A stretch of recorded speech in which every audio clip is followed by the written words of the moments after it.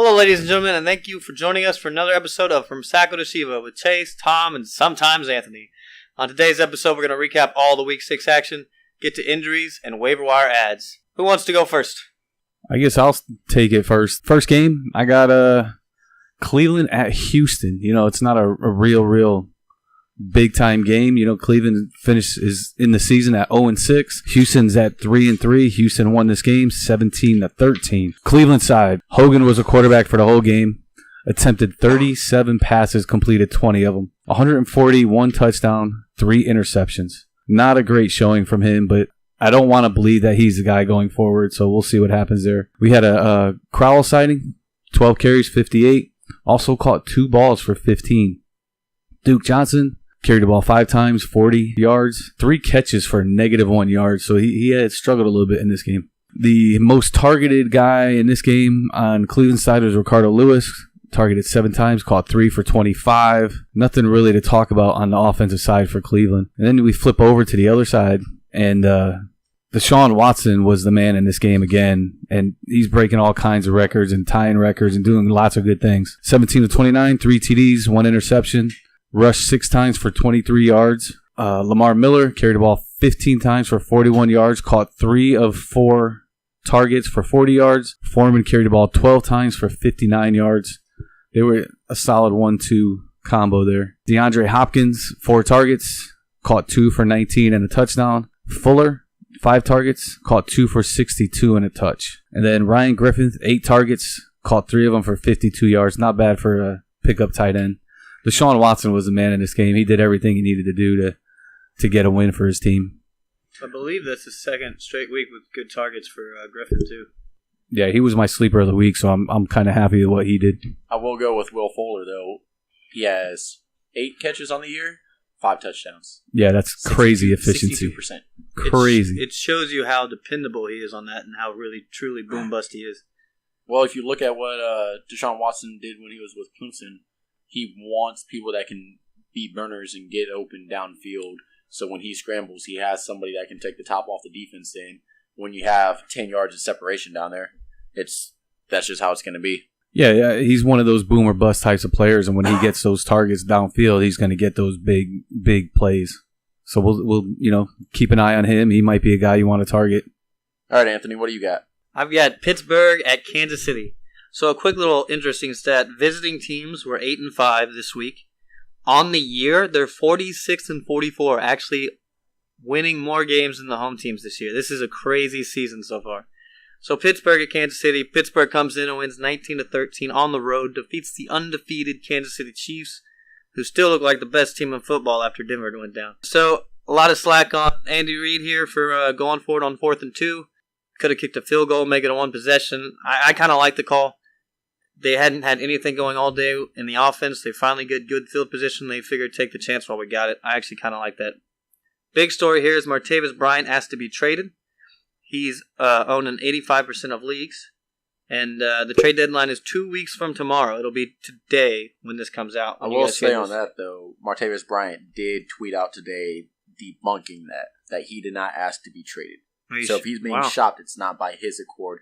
And I think it's because Juju Smith-Schuster has already seen an uptake in targets and snaps where it's cutting into Martavis Bryant's, where they can utilize Juju Smith-Schuster more than Martavis. Yeah, I think Martavis wasn't happy with his role in the early season where Juju was getting more playing time than him. All right, well, going over the stats from the game, Big Ben, 17 for 25, 252, a touchdown and an interception. Should have been 2. That Antonio Brown touchdown was crap, man. That went right through Phillip Gaines' hands and off of a helmet.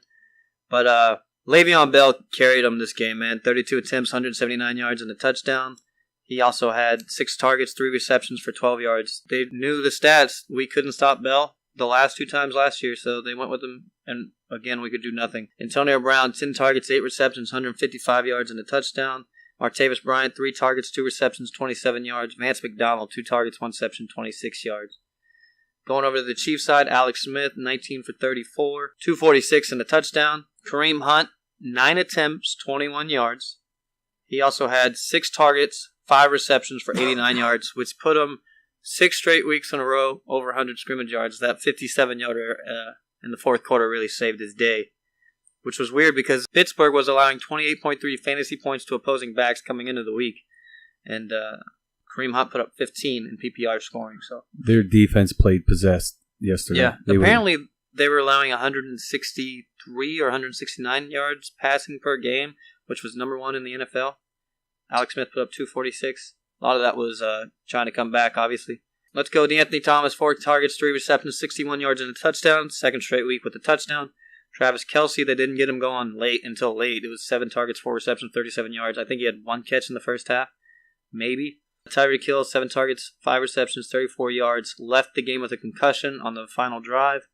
Charchandrick West left too, but nothing really going there. It looks like Demarcus Robinson is filling in for Chris Conley instead of Chesson. So we'll say on Tyreek Hill, they did say it was not a concussion. Yeah, they cleared him today of no concussion. That's awesome. So he'll be ready for Thursday night, I believe.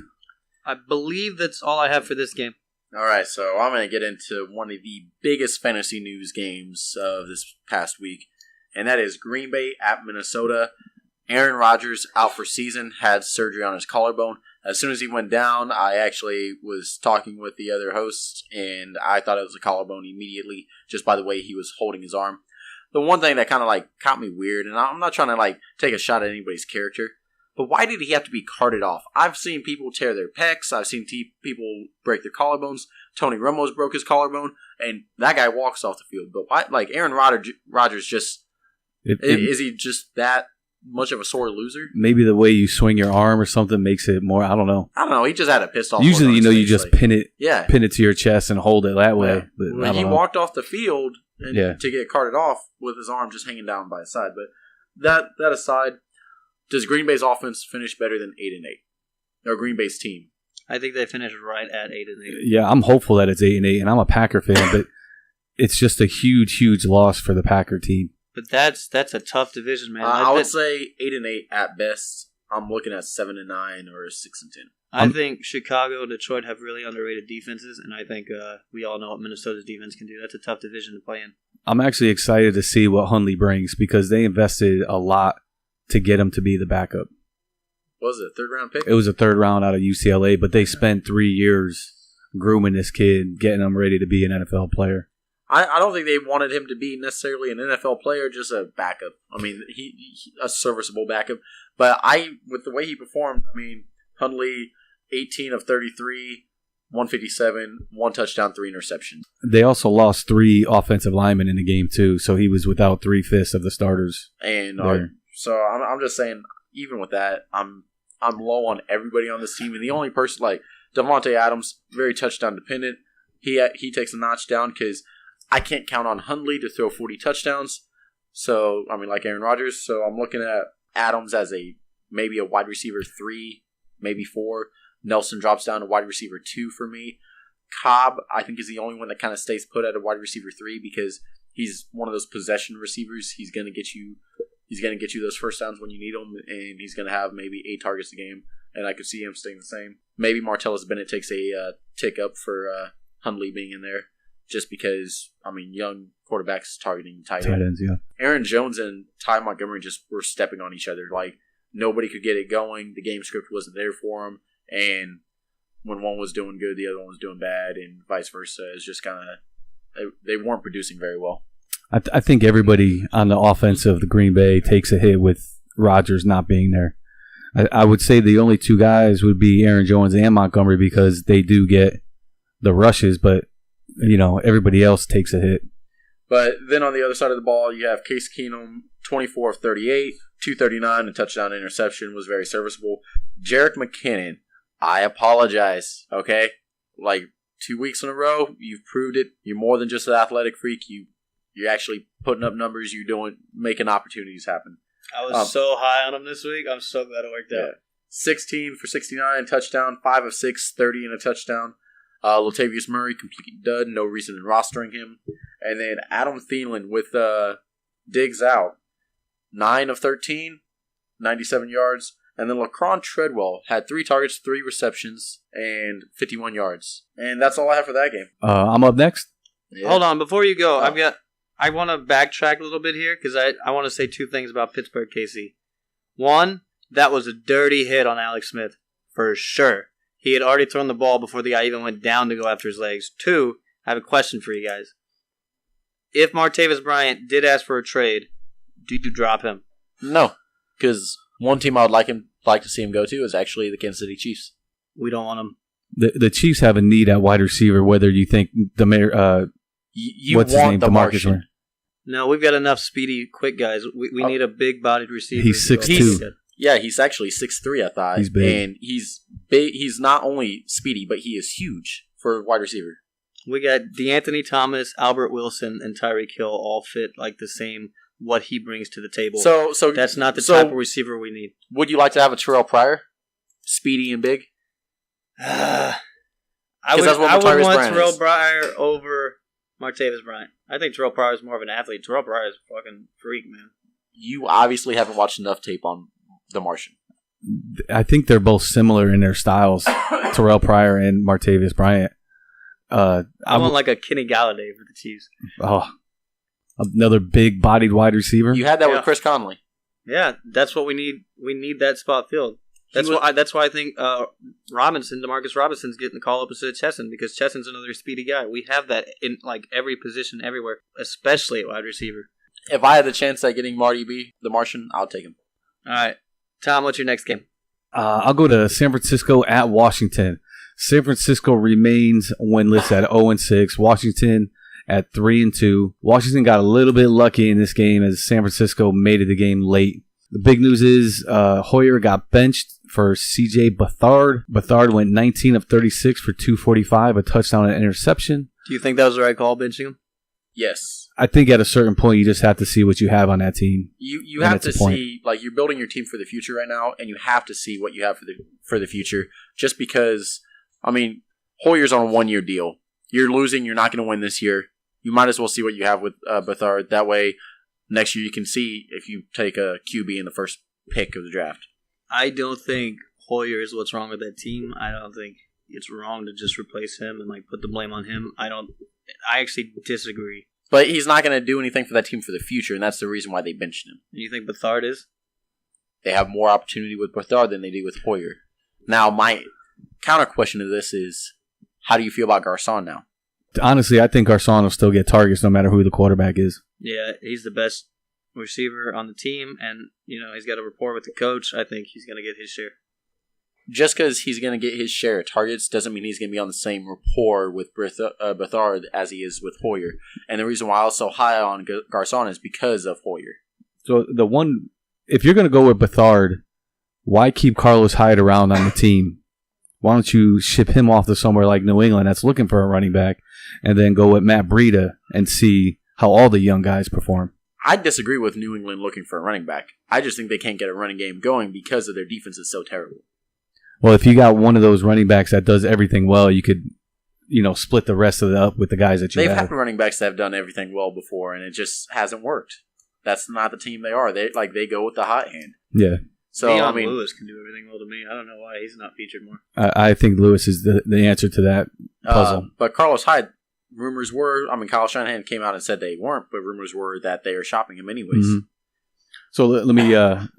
Carlos Hyde kept him in this game. He 12 carries for 28 yards, two touchdowns, 6 targets, caught 5 for 47. He was really like the star of this game for them. Matt Breida, 4 for 21, caught 2 of his 4 targets for 15 yards. Pierre Garcon, we just mentioned, had 12 targets in this game, caught 5 for 55. Aldrick Robinson had 5 targets, caught 2 of them for 66 and a touchdown. He seemed to be the guy that Beathard was looking at more than anybody else. Kittle, the tight end, had 8 targets, caught 4 for 46. A lot of this game, Beathard was overthrowing his players, so that's something we want to keep an eye on going forward, is whether he is a real NFL guy or not. On to the Washington side, Kirk Cousins was money all day, 25 of 37 for 330, 2 touchdowns, 1 interception, rushed 4 times for 26 yards and the game-winning touchdown. Samaje Perine carried the ball 9 times for 23 yards, nothing special. He did catch all 3 of his targets, though, for 24 yards and a touchdown. Now, the stat filler of this day was Chris Thompson. Carried the ball 16 times, 33 yards, had 5 targets, caught 4 for 105. He had a really, really good day, and he continues to be a really good player for them. Terrell Pryor, 5 targets, 3 for 23. Jamison Crowder, 5 targets, 3 for 15. Jordan Reed, 5 targets, 4 for 37. Vernon Davis, 4 targets, 3 for 65. I mean, it's Kirk Cousins' day, and whatever he does, he did well this day. I was nervous because I started him over Deshaun Watson. Everyone said start Watson, and man, Kirk Cousins, that rushing touchdown barely put him over. That was saved me. I love those rushing touchdowns. Either one of those players you would have played is going to do the same thing. Yeah, I would have won regardless. I think they were separated by like 1.5 or 2 points max. So well, you made the right call. Yeah. Congratulations. All right, Anthony, what do you got next? I've got Detroit at New Orleans. New Orleans won 52-38. 5 defensive touchdowns. This is crazy.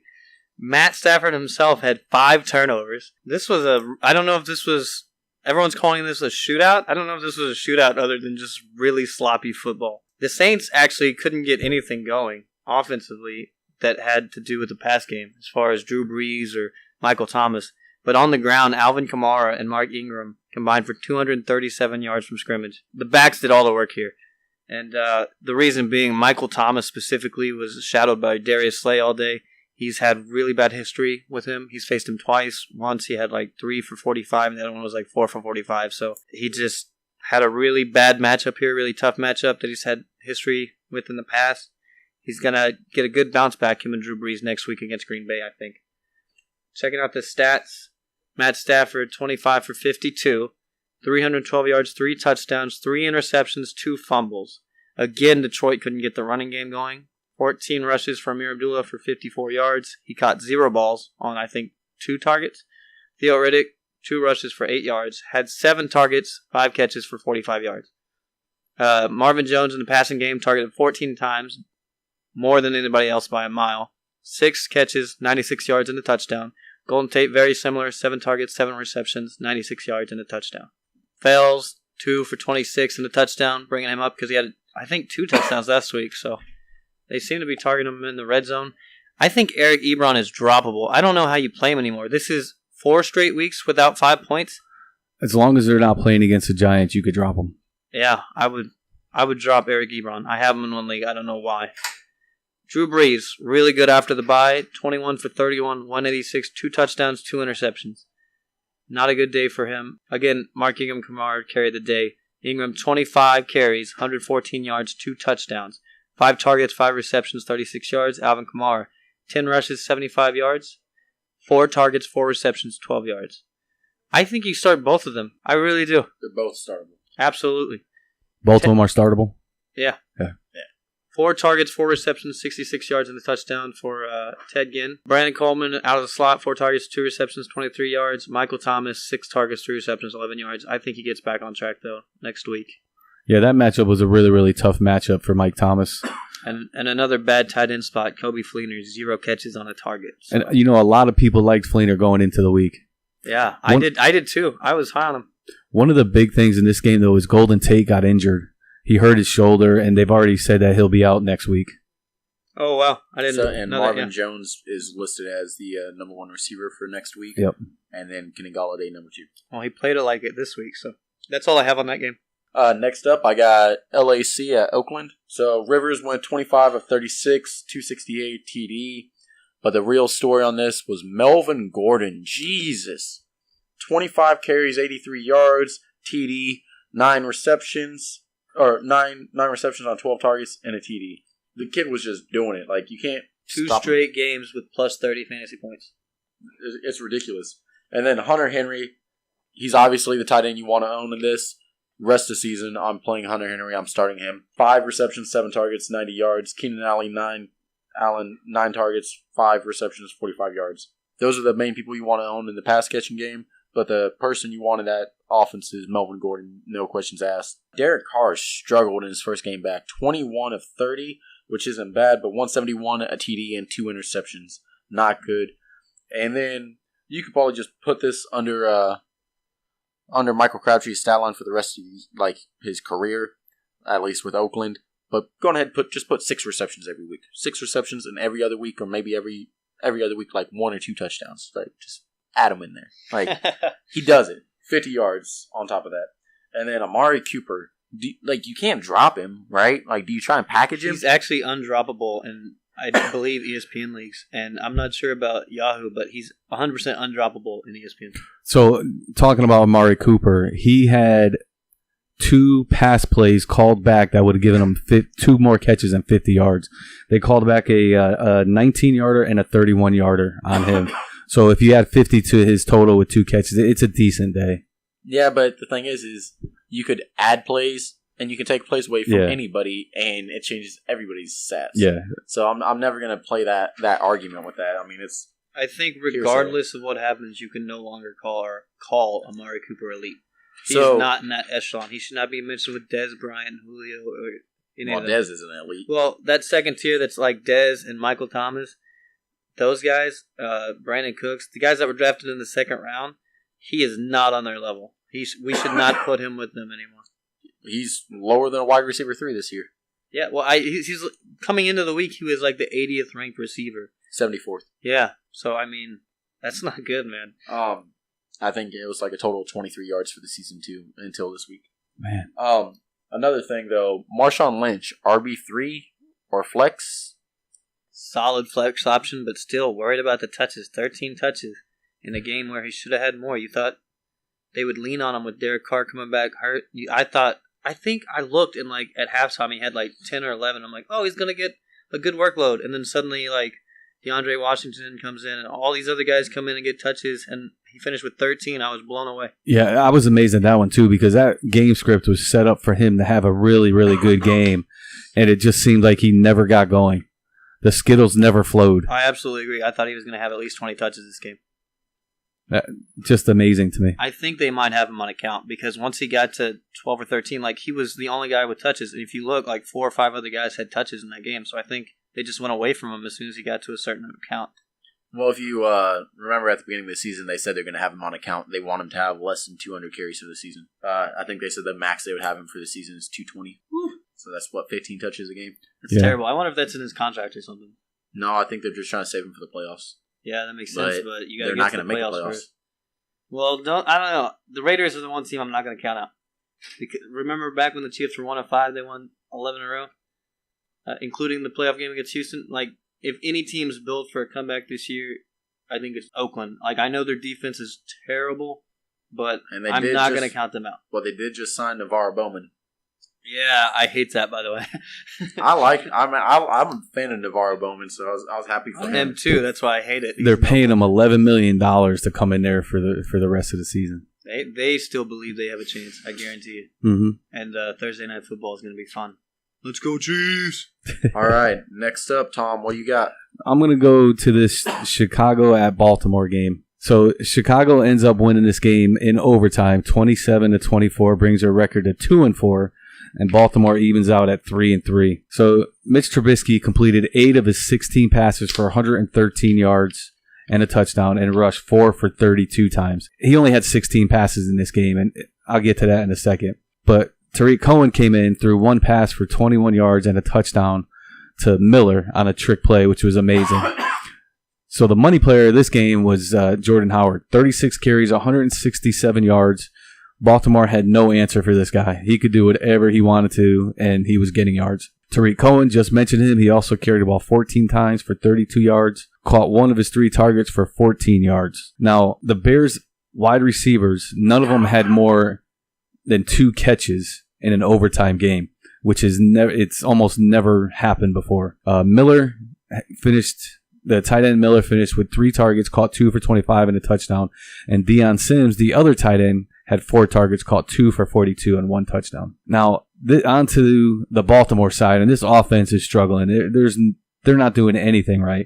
In fact, in this game, they scored by a punt and a kickoff return to get their points, and then they had a touchdown later. But it's just amazing to me that most of their points came from the defensive side of the ball. Flacco, 24-41, 180 with 2 picks. Alex Collins was a bright spot of the day, 15 carries, 74. Javorius Allen carried the ball 10 times for 49 yards. Caught 3 of his 4 targets for 17. Still nothing special there. Mike Wallace was the only notable guy to really mention. Had 5 targets, caught 3 for 30. Ben Watson, the tight end, had 8 targets, caught 6 for 28. Baltimore was 3 of 18 on third downs in this game, and they really, really struggled. So I'm just surprised that they did score 24 points. And that's all I have on that game. Nothing to really mention in that. Who's up? All right, my next game is Miami at Atlanta. Holy crap, Atlanta. What happened? Atlanta led 17-0 at halftime. They lost the game 20-17. They are actually 72-40 in second halves of games this year. Don't know what it is. They just can't do it, man. They just get a big lead, and that's it. So let me ask you a question. Dolphins had 2 touchdowns coming in, or 3 touchdowns on the year coming into this game. They got 2 offensive touchdowns. Do you sell high on the Dolphins' offense? Everybody but Ajayi. I'm still holding on to Ajayi because the only games that Miami has actually won, where I think they should have won, is games that Ajayi's had 20 or more touches. Yeah, so I keep saying that in order for them to win, Ajayi needs to rush at least 20 times. And again, he rushed 26 times this game. They won the game. They're 3-2. All 3 games they've won, he's rushed 20 or more. Every game they've lost, he's rushed less than 20 times. Yeah, I think he's the key to that offense. And when he gets going, everybody seems to do better. So getting onto the stats, Jay Cutler, 19 for 33, 151 yards, 2 touchdowns, and an interception. Finally came alive in the second half. Like, it was 2 completely different teams, first half and second half. Jay Ajayi, 26 rushes, 130 yards, 3 targets, 0 receptions. But at least he's getting targets. Jarvis Landry was the big star of the day. 14 targets, 8 receptions, 62 yards, and a touchdown. But more importantly, he got hit by like 6 defenders and somehow pushed them through for a first down to set up a field goal that won the game with 2:30 to go. It was that was the play of the week for me. 4 targets, 4 receptions, 49 yards, and a touchdown for Kenny Stills. Julius Thomas finally getting targets, 5 targets, 3 receptions, 22 yards. Maybe they go back down when Parker comes out. Who knows? Going on to Atlanta side, Matt Ryan had 5 interceptions coming into this game, or 5 interceptions in the last 2 weeks. I'm sorry. He got another one today, and it gave the game away. It was inside the 10. It was with 38 seconds to go. They could have just kicked a field goal. They took a shot, got intercepted, game over. If he gets one more interception, that's as many as he had last year. What's crazy is he threw his 5th interception last year in week 10. Oh, yeah, and then they just, no more, I guess. Well, no, he had 6, right? So, yeah. So, Matt Ryan was 24 for 35 for 248, a touchdown, and the pick that ended the game. Devontae Freeman, 9 rushes, 68 yards. Should have been more. 4 targets, 2 catches, 11 yards. He got vultured by Tevin Coleman. But a 6-yard rushing touchdown. He had 9 rushes for 32 and a touchdown. Julio Jones, 7 targets, 6 receptions, 72 yards. Austin Hooper, 9 targets, 7 receptions, 48 yards. So they brought in Marvin Hall to replace Mohamed Sanu. They brought him up from the practice squad. His first NFL catch, 40 yards, touchdown. Taylor Gabriel, 8 targets. We thought he was going to have a big day with Sanu out. 8 targets. He had the opportunity. 4 catches, 39 yards. That's all I have on that game. I don't know what's going on with Atlanta, but luckily they face a really bad Patriots defense next week. I will say, like you say, Freeman got vultured by Coleman. I actually start Freeman and Coleman in one of my leagues because I had injuries at the running back position. Like, I had Amir Abdullah for depth. Obviously, that hasn't worked out, so I'd rather start Tevin Coleman over Amir Abdullah. But I think Tevin Coleman's a solid flex play every week. Yeah, I agree. Do you think Atlanta's woes on offense have to do with Kyle Shanahan not being there? 100%. I think Shanahan was the guy that brought balance to that offense. And if you're up 17 points at the half, you got to get your running backs the ball. Yeah, they rushed for 18 times this game, 19 if you count. They should have each had 19 or 18 apiece. Easy, yeah. That just let Miami back into this game, so I think that was a mistake on his part. Yeah, I think they've got some kinks to work out on that offense, but I don't know why they're not finishing. Little strange, a little weird there, but okay. Moving on. Chase, you got one? All right. Next up, New England at New York Jets. Brady, 20 of 38, 257, 2 TDs, interception. That first half, they just couldn't get anything going. Second half, they looked a lot better. That defense is hindering New England so much. Like, they were so easy to score on. There were 2 drives I watched that McCown was perfect on one, 9 for 9, I think 75 yards and a TD. And then there was another drive, he was 6 of 8 and for like 68 yards. And I was just like, it was just ridiculous. I was like, wow, I was like, can't stop the 38-year-old man like that's never won a Super Bowl, doesn't have MVPs behind him or anything like that.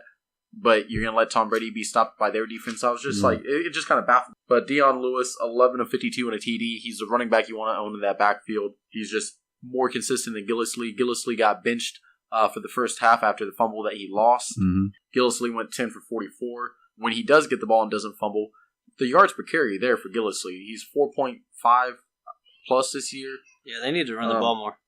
Then Brandon Cooks, 6 of 9, 93 yards. Gronk, coming back after having 10 days off, 6 receptions on 10 targets, 83 yards, 2 TDs, which, I mean, that's doing Gronk stats. I think the trade I did that you said I won, if Gronk does that, I think it balances that trade out tremendously. So what was the trade again? Not at all. You destroyed that trade. That was all you, boy. I traded Amir Abdullah and Gronkowski for Jordan Reed and Ezekiel Elliott. Yeah, it's solid both ways. Let me say this. First of all, there's no way Zeke misses a game. There's plenty of time for an induction with it being the bye week. If he misses games, it's going to be next year. I guarantee you. I'll put money on that. Number 2, this is a half point per carry league. I already have it slightly favored in Chase's favor going into it. Half point per carry, you just took candy from a baby. The thing is, though, is I did this trade, and I believe Ezekiel Elliott will be suspended 6 weeks this year. Well, let me say this. If Jordan Reed's healthy, that's a top 5 tight end potential right there. If he stays healthy. Well, this week, the person I traded with actually won their week because they had Gronkowski. Yeah, Gronkowski had a monster week. It's yet to be seen what's going to happen with Zeke. Honestly, I think they get another injunction from the Fifth Circuit, and he'll play the rest of the season. Next year, he'll miss some games. That's how I think it's going to roll out. Well, if that's the case, then yeah, I won the league. Yeah. You won. Your backs in that league are Leonard Fournette, Todd Gurley, Ezekiel Elliott, and C.J. Anderson, and a half point per carry. You have I can only start three backs. You have the only 3 backs that came in this week that had 20 carries in 3+ games this year. That's insane. In a half point per carry league. It's over. It's a wrap. It's done. Don't forget about injuries. Injuries could happen at any time. Speaking of which, this is the listeners' league we're talking about, and it actually comes down to tonight. It says Anthony has like a 6% chance of winning. I actually think you have like a 20% chance of winning because Rashard Matthews, yeah, I know he needs 30 points, but anything can happen. Listen, I'm surprised my team put up the fight it did because I was looking at my team against your team, and I told you, man, please use lube this week. I thought, like, man, if this guy doesn't kill me, he's got this guy, and if that guy doesn't kill me, he's got that guy. I need so many miracles to happen for you to not beat me. I got 1 in C.J. Anderson, but still, like, it should have been way worse. Moving to the other side of the ball, Josh McCown looked good. 31 of 47, 354, 2 touchdowns, 2 interceptions. Should have been 2 touchdowns. Should have been 3 touchdowns. All right, I was a little salty about one of these because one of these was my starts of the week. Let me say real quick, McCown's been good all year. I actually picked him up. I dropped Jay Cutler in a 2 QB league, picked up McCown. I love it. I saw that. You started him against me. He got me scared pretty quick. I was like, McCown's blowing up on me. I was like, crap. And then he had 20 rushing yards. That was a surprise too. Matt Forte's back. 9 rushes for 22 yards, 8 targets, 8 receptions, 59 yards. I mean, hey, that's what you want from Matt Forte all day long. Jermaine Crease, 4 79 yards. Robbie Anderson had 12 targets, 4 receptions, 76 yards. They were really trying to feature him. If you look, there were 16 incompletions for McCown. 8 of those were at Robbie Anderson. His 1 interception he threw at Robbie Anderson, and to me, like, Anderson could have, like, stopped that from being intercepted. Like, as soon as he realized, like, the throw was behind him, he didn't try and he just, like, gave up on the play. Like, but you'll see most receivers will turn around and at least try and bat it down or try and catch it. He just, like, and kept running. Like, but, you know, he looked frustrated. And then, like, the guy cuts in and underplays it, and man. And then you saw Jeremy Curley's speed that you saw when he was with San Francisco that you didn't get to see on his first stint with the Jets. 2 of 3, 61 yards and a TD. And then my favorite player on this team, I've been tooting his horn all year long, ASJ, I didn't draft him because I knew nobody was going to draft him being suspended for the first 2 weeks. And as soon as week 2 ended, he was the first player I picked up, put on most of my rosters. And you know what? He's leading the team after, 4 weeks now? In reception or targets and receptions. Oh, yeah. You're talking about since he came back. Yeah, since he came back. And I'm not talking about just for since he's been back now. He's leading the team in targets and receptions for the year. That was a touchdown, by the way. He should have had 2 touchdowns. Yeah. I believe he's the number 5 quarterback, tight end at the moment. Yeah. Yes. And he missed the first 2 weeks. Mm-hmm. He also had 8 receptions on 11 targets, 46 yards TD. It should have been 2. That was a bullcrap call. I was upset about it, but it is. How can you not be that? That felt more like a fix than anything else I've ever seen. I was like, how in the world was that not a touchdown? The ball moves for half a second, even in slow motion. It's like half a second, and it's already over the goal line. I didn't think there was enough there for them to overturn the call. Yeah, the ball moves and instantly it's right back in place. That was crazy. It was crazy. So I will say though, my draft strategy in one of my leagues. Everybody went super tight end heavy. One guy has Travis Kelce and Zach Ertz in this league. Won't move either of them. He's 1 in 5, 1 in 4. He's not going to win the league. Time to make moves. No, he won't make moves. He said the only way he'll trade Ertz is for Bell, and he's one of those guys. Or no, he said for Hunt. My bad, it was for Hunt. So I was and I made him reasonable offers. Wouldn't happen. But after I played Kobe Fleener the first 2 weeks. I knew Willie Snead was going to come back. I dropped him after the second week, and I picked up ASJ, and ASJ's just been killing it for me. Yeah, I like ASJ. I picked him up in one of my big leagues, too. I don't know why everyone thought that, the Patriots' defense was fixed when they faced Tampa Bay. If it's because the Tampa Bay just scored few points, but, they still gave up, 400 scrimmage yards, 300 for Jameis Winston in the air. And, I think Doug Martin that week had 76 rushing yards. They get I don't know why you think it's fixed just because they couldn't score points. Nick Folk missed field goals that game. Their defense is terrible. I'm starting everyone against them. New England is the first team in history to allow 300 plus passers in the first 6 games of the season. Wow. So they've let the opposing team's quarterback pass for at least 300 yards in every game this season. So you're saying start any QB against them? Any QB you want. Yeah. All right. So who's got the next game? It's up to me, but before I get to it, I'm going to ask you guys a question. What is the dumbest injury you have ever gotten? Now, I have one. Do you know mine? I can name a few of yours. Okay, well, I'm torn between 2. Why don't you go? Well, on the one for you? Or I've had so many. Go ahead, Chase. I'm going to name one for Anthony. For Anthony, I watched this guy jump off of a 20-foot building on a skateboard doing a caveman. When he hit the ground, he landed it, right? But when he hit the ground, he stood up and just looks at me. I don't feel good. His blood just comes pouring out of his nose and he just hits the ground. You remember that one? Yeah, there's a lot of stupid ones with the skateboard. There's the one where I broke my tailbone, too. That's probably the worst injury I've had. Oh, that one hurt so bad. I couldn't move. My mom had to wash. It was weird. I stunk for a month because I didn't want my mom to wash me.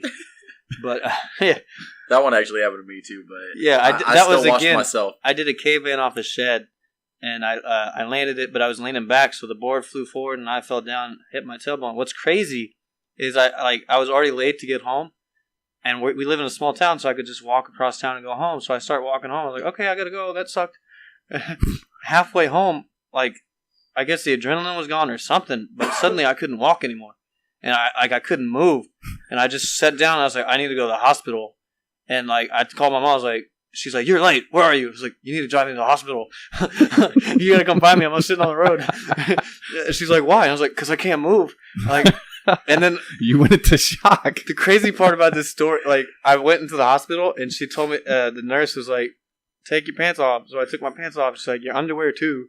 So I pulled my underwear down and she's like, no, the way. She's like, I meant just the back. And so, yeah, they x-rayed me. I had a fractured tailbone. I couldn't move for a month. Man. Yeah, there's nothing you could do and it hurt so bad. Just breathing sucked. Yep. You lay on your stomach all day long. I actually couldn't play basketball as my sophomore year because of it, and it sucked. I loved basketball.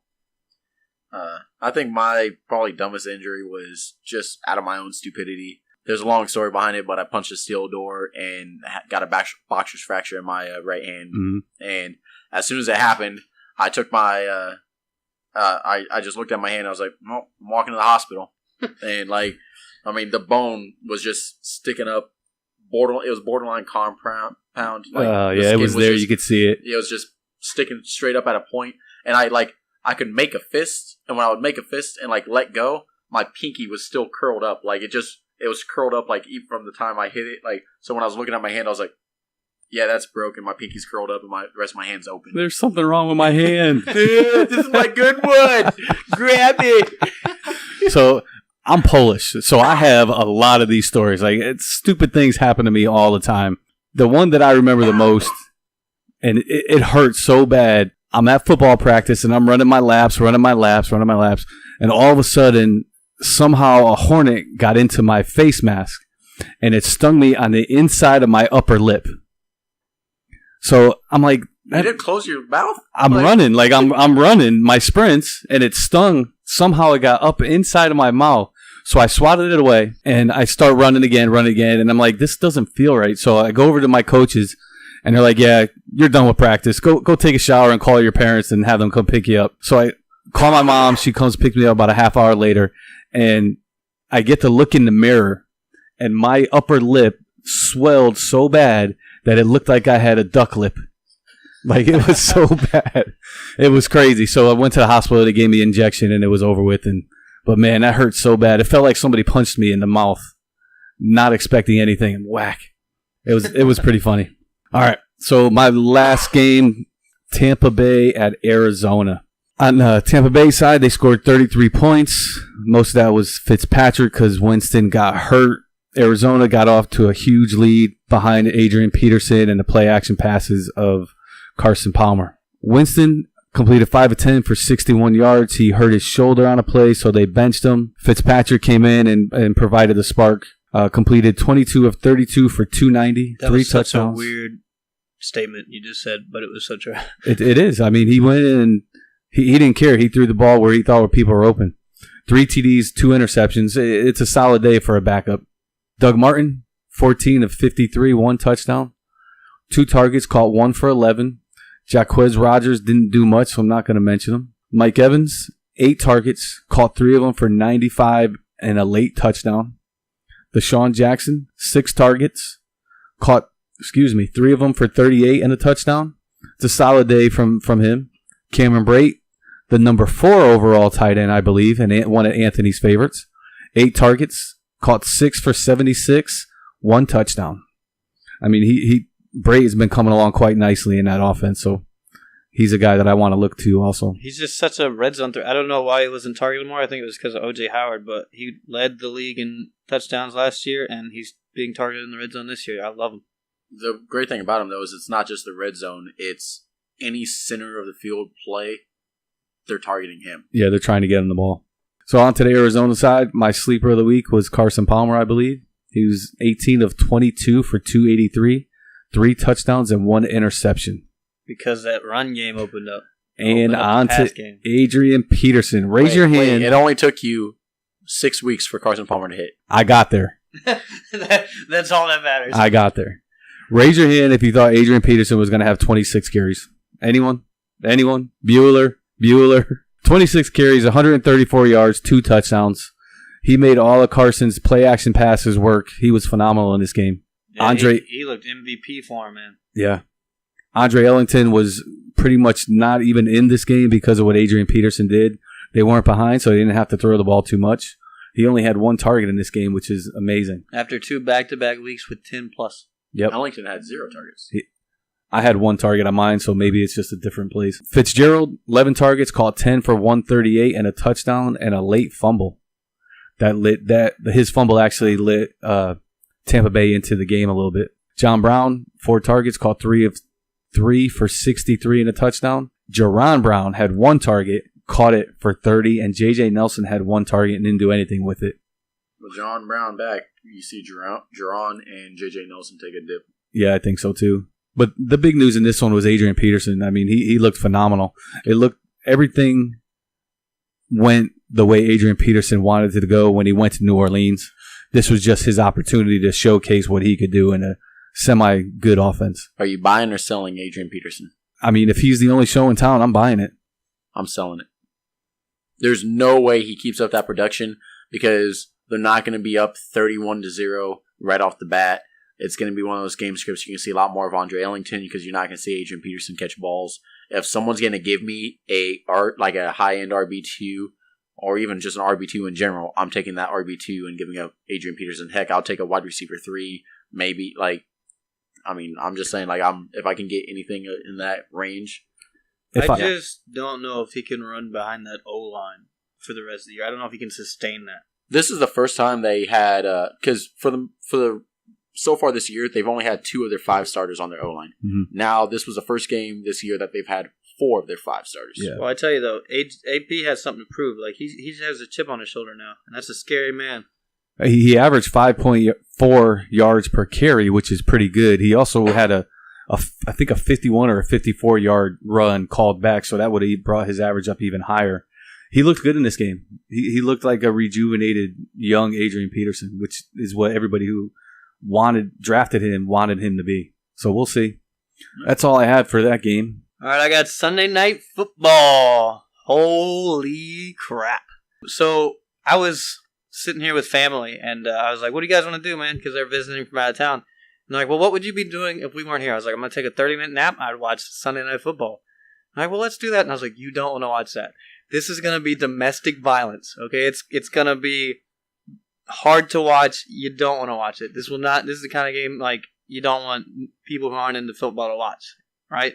I thought it was going to be a one-sided beatdown. I bet Chase, Simeon doesn't even throw 20 times because they don't need to. They're just going to run the ball the whole time after they get up with their defense. So I owe him 20 push-ups. We're going to do that real soon. Holy crap. We look an hour in and it's like 10-0 and I was like, oh my gosh, the girl's beating the hell out of the guy and that domestic violence I was talking about. So, getting into a few stats here. Jason Pierre-Paul had a day. He had 3 of the team's 4 sacks. They had 2 interceptions as a team. Both were double their season total. And this is with Dominic Rodgers-Cromartie out. He was suspended for what they're now calling insubordination. Obviously, he walked out on the team. Big news here with Sanders. He's out, and they're saying he's already out next week with his ankle injury. A lot of those sacks, though, Menelik Watson, Denver's right tackle, went out. So that opened up the door for Simeon to get hurt and not get hurt. Well, he did get hurt to end the first half. He came back and played the entire second half, so we saw a little bit of Brock Osweiler. But the big thing here for me was Simeon didn't go through his progressions. There's a lot of times he threw into triple, quadruple coverage. It was crazy. And they would show that, like, there's wide open guys on the other side of the field. It's like he knew who he was going to, and it didn't matter. As if he called the play that's going to Sanders, he's going to Sanders. He was going to Thomas the whole game. Yeah, Demaryius Thomas had a day that he usually had from Peyton Manning. It looked real good. Another storyline here is Brandon McManus. They signed him to an $11 million extension. Missed some field goals. He's now missed 5, which is his total for last year. He's 8 of 13 right now. Here's a really good stat. Denver has faced Melvin Gordon, Ezekiel Elliott, LaShawn McCoy, and Marshawn Lynch this year. And they're only averaging 50.8 yards on the ground coming into the game. Shut them down. And guess how much they gave up to New York? 148. Yep.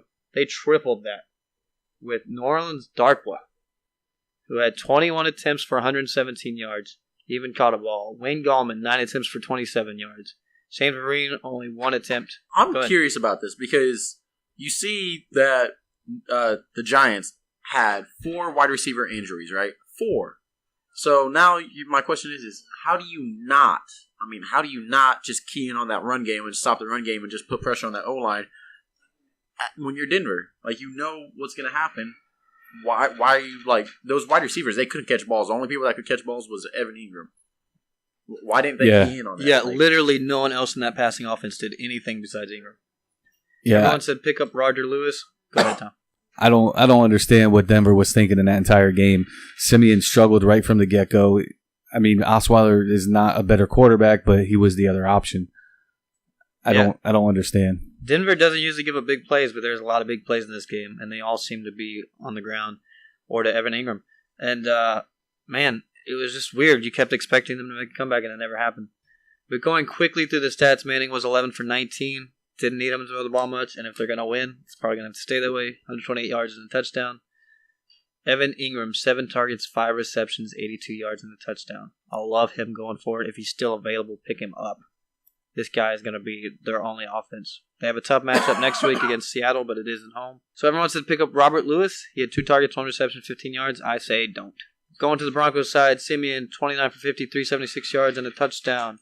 He still had a decent fantasy day just because of the yards, but that volume's not going to stay there. They're not going to keep throwing 50 times a game. C.J. Anderson, 9 attempts, 17 yards. He was my wide receiver. I wanted to put him at wide receiver 1. I really did. Running back 1. Well, running back 1, yeah. This blew me away. Jamal Charles, 5 attempts, 19 yards. Charles got involved in pass game, 3 targets, 1 reception, 2 yards. The big story here, I heard before the game that Sanders and Demaryius Thomas are actually upset with Simeon. Like, they want more targets. They want more looks. That's weird because they've also been endorsing him all year, saying that, like, this guy's elite. So I don't know. But Demaryius Thomas, 14 targets, 10 receptions, 133 yards. Apparently Simeon hurt him, if that's true. Sanders, 8 targets, 5 receptions, 76 yards. They both had good days. Booker, 6 targets, 4 receptions, 78 yards. Maybe we'll see him get more involved. Derby only had 1 catch on 4 targets for 10 yards, and Green was 1 for 24 yards as well, as far as tight ends go. Denver got smacked in the face in this one and didn't have an answer for anything that the Giants did, which is surprising because normally Denver would just run the rock, and the Giants had an answer every time they tried to run. So it was a very and they never really adjusted away from that. What a weird game. Yeah. So next up, I have L.A. Rams at Jacksonville. So both teams decided that they were going to start off 7-7, just put a handicap on each other because Pharaoh Cooper, kickoff, 103-yard return, touchdown. Very first play of the next drive, 75-yard rushing touchdown for Leonard Fournette, 7-7. Moving on from that, Jared Goff went 11 of 21 and a TD. It's probably one of his worst games of the year, but it is what it is. He didn't have any turnovers. Todd Gurley, 23 rushes, 116 yards, 1 catch, 1 reception, 1 target, 1 reception, 4 yards. Robert Woods had 7 targets, leading the team in targets, 5 catches, 70 yards. Cooper Kupp, 3 targets, 2 receptions, 35 yards. Sammy Watkins, the first time he's had more than 1 target in a game since, I think, week 2. He had 4 targets, 1 reception, 11 yards. And then on the other side of the ball, you had Blake Bortles, who went 23 of 35, TD and interception. Leonard Fournette, 21 rushes, 130 yards, TD, 2 targets, 2 receptions, 8 yards. But the interesting thing is Leonard Fournette went out with a minor ankle injury. They say he could still play next week, that they don't expect him to miss any time. However, if he does, Chris Ivory's a clear handcuff. He's proven last year that he can play. He just can't play 16 games. He had 2 rushes, 3 yards, but he had 10 targets, 9 receptions, 74 yards, and a TD.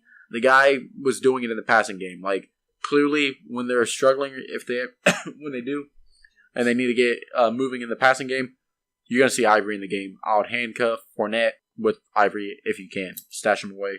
Well, he has to be because Chris Ivory is such the clear guy if Fournette goes down. Like, he's going to be a workhorse if Fournette goes down. So I love Chris Ivory. I have Ivory as available in 95% of the leagues. Yeah. And then Marquise Lee, 10 targets, 5 receptions, 83 yards. Allen Hurns, 3 of 3, 37. Really, that's about it. I'm staying away from all the tight ends in the Rams. There's just too many. They're all getting 1 or 2 targets, 1 reception, 7 yards, stuff like that. You really can't key in on any one tight end in that offense right now. So for week 6, we've had 15 defensive touchdowns for the entire week, not including Monday night. There might be one Monday night. We don't know. That is a huge amount of defensive touchdowns in a week. I don't think we've ever had another week like that before. Yeah, that's insane. That was phenomenal. All right, I got some injury notes. If you guys got something to add, just jump in there real quick. Aaron Rodgers, we know, broke his collarbone. He is scheduled for surgery. At least 8 weeks from what I heard. It might be season ending, so we'll see. I believe they announced season ending today. Yeah. Jameis Winston also hurt his shoulder. He was practicing on the sidelines trying to get back in the game, but they didn't let him, so that still looks good. Emmanuel Sanders got rolled up on a tackle, and it was his ankle. They're saying that he's going to miss this week, week 7. The report was multiple weeks for Emmanuel Sanders. Okay. Golden Tate also hurt his shoulder, and he is out for the upcoming week already. Charkander West was being evaluated for a concussion. And then we've mentioned a Tyreek Hill before. It's not a concussion, so it looks like he'll be ready to play. Those are the quick injuries. And then we just mentioned Fournette in the last. Fournette with an ankle was fine and went back into the game. So going forward, it looks like he'll be fine. All right. So the next segment would be waiver wire, unless you guys want to answer a question. Let's answer a question real quick and then do waiver. If you guys owned a boat, what would you name that boat? That's a good question. Something different. You know how everybody has to name their... When you buy a boat, you have to name a boat and register it as something, so... Well, go with yours first, Rob. I think this over. Man, I was trying to figure out something that I would do, and normally it would be like Go Pack Go, or my initials, TRK, something like that. 32, one of my football numbers, something similar to that. So you could be like Daisy May, and then Chase could be like Knockout City or something like that. Why Daisy May? He looks pretty. Aw, thank you. Usually he's the pretty one. Man, you got two bald guys sitting there and want to rub each other's domes. You all don't want to see this stuff right now. I don't know. I was just thinking of a question. Man, I don't know what I'd call it. It'd have to be something personal, though. Like, obviously. That's a tough one. Balls deep. That's terrible. That's your fancy football name. Yeah. Okay, so we got one balls deep. It kind of, deep in the ocean. Balls deep in the ocean right now. There you go. I'm not going to get into this. I don't want to get into this. Chase knows all about this. Shut up, Chase. Mine would be called Mary Jane. We don't need to say anymore. Shut up, Chase. And it's not quite what you all are thinking. It's a little, there's a long story behind it. Anyone who really knows me understands. Okay. So I would probably use my initials like TRK32 or TRK54 as my initials with my football number, something like that. That's pretty cool, man. That's a good question this week. That was a hard one. That's a tough one. It was hard for me, too. All right, so on to the waiver wire. So we're going to go around naming one guy from each. Is that how we're going to do it? Sure. All right. Waiver wire's up, guys. Number one, let's go with Anthony. I'm going to mix things up because we don't ever talk about defense, but maybe stream New Orleans defense this coming up week. They have a really good matchup with an Aaron Rodgers-less Green Bay Packers. They've scored 14 or more points in their last 3 weeks. They haven't done that since 2006, I think I read. So if you need a defense, pick up New Orleans. They're a young group. They're getting better every week. They're finally got a good defensive coordinator. And, right? Rob Ryan. Yeah, they haven't had a good defense in a while. I think they're coming into their own. So maybe stream them this week if you need a defense. I'm actually going to go Chris Ivory. Add him. He's worth an ad. Maybe in the coming weeks you can actually see him serviceable as a flex even with Leonard Fournette playing. Okay. I like that. I think Ivory's a solid pickup, yeah. I'm going to mention this guy. We may have touched on him before, but he's still owned in about 50% of the leagues. I think Darren McFadden's going to be the guy just in case something happens with Ezekiel Elliott. Anthony, you got another one? Yeah, Matt Breida, San Francisco. Listen, we don't know the situation there. Like, if they really are sharpening height or something, that means Breida's going to be the guy. This is actually the first week that his workload has declined. It's gone up every single week until last week it climaxed, I guess. As a Carlos Hyde owner, like, you start to feel a little bit better, but you're still scared. I don't like this. Hyde still only got like a 12 attempts this week, but he saved it with 2 touchdowns. So Matt Breida needs to be on because I think his day is coming soon. Solid. Next up, I'm actually going to say John Brown. He's only owned in 43% of leagues, so I'll go and add him if he's healthy. He's a phenomenal player coming out of Pitt.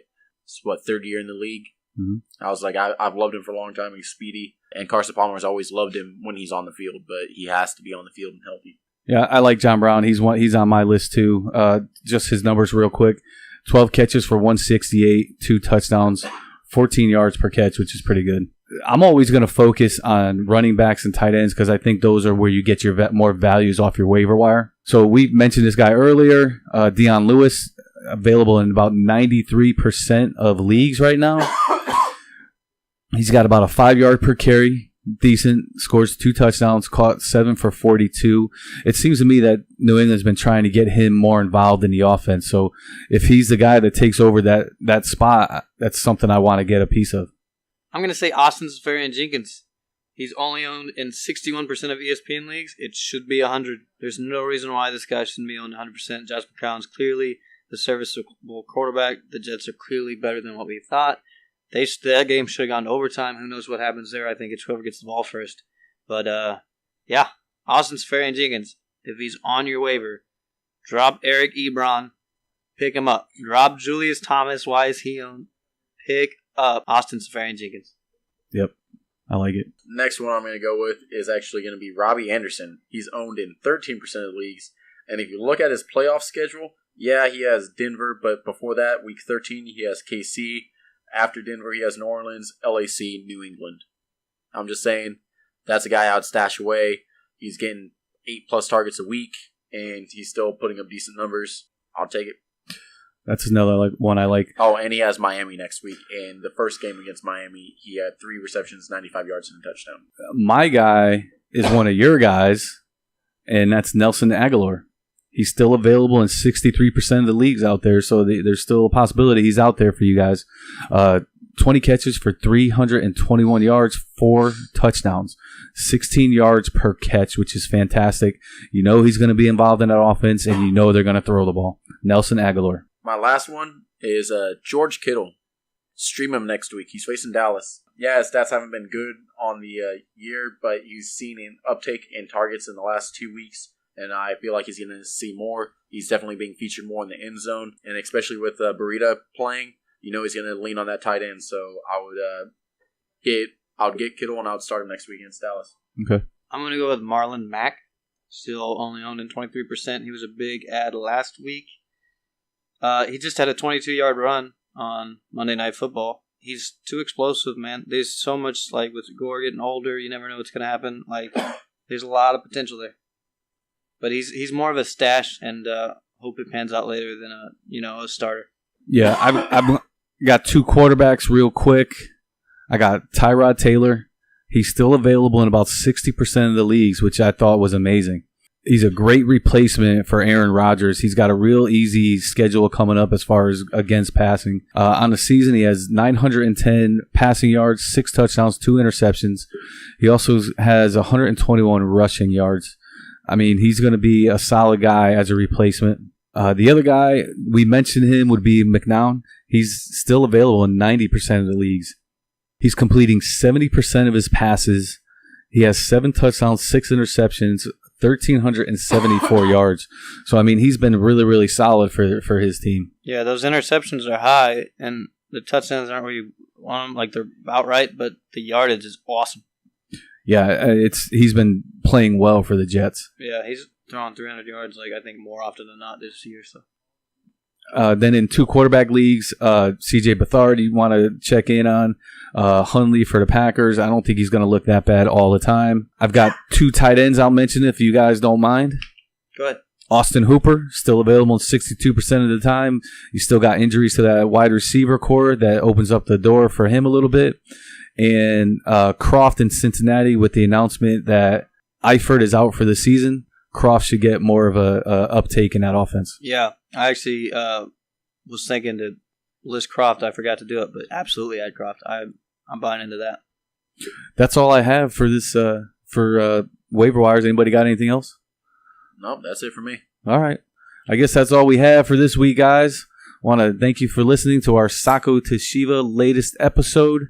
Make sure you listen to Mark Out Wrestling, Anthony, Glenn, and Rich, right? Rich Johnson. They've been doing a great job on there. I listened to last week's podcast. It was pretty good. Thank you for listening. Always enjoy the comments and questions you guys send us. Just want to say I appreciate all you guys' love, and please go out there, like, share, subscribe, and help us keep getting this thing bigger and bigger. Thank you. This is Tom. Thanks. Don't forget about Waiver Wire Friday, guys. Please get in your questions before Friday so that way we can feature them on the show. Mailbag Friday. One last thing for me. Rate and review on Stitcher. If we get 5 rates, or if someone rates and reviews 5 times on Stitcher, we can get put on their list for best shows. We can qualify for that list, and that's a big deal. Thank you.